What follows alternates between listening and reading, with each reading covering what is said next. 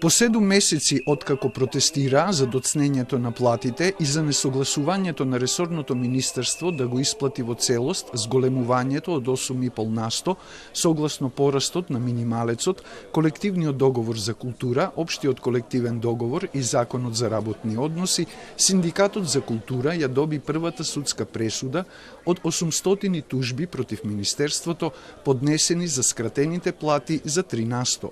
Оваа прва победа е јасен доказ дека борбата за достоинството во културата е правно издржана, рекоа од СКРМ на пресот пред Министерството. Се потврдува дека културните работници се жртви на незаконити решенија и неправедна пресметка на платите. Се налага институциите конечно да го почитуваат законот и достоинството на културните работници.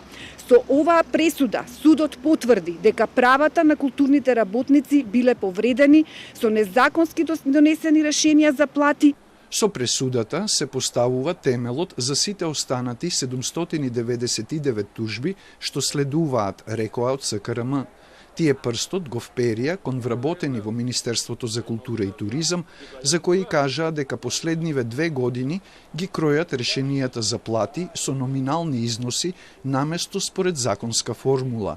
Како е направена формулата за кратење на платите, од Министерството не добиле одговор, а од финансии ги известиле дека пресметките се прават во култура.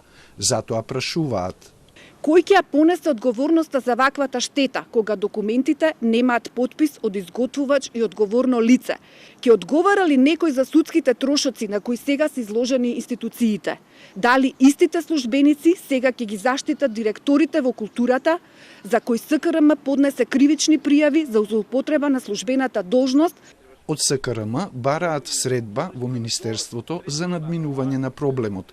Доколку тоа не се случи, најавија продолжение на правната битка и барање одговорност за оштетениот буџет.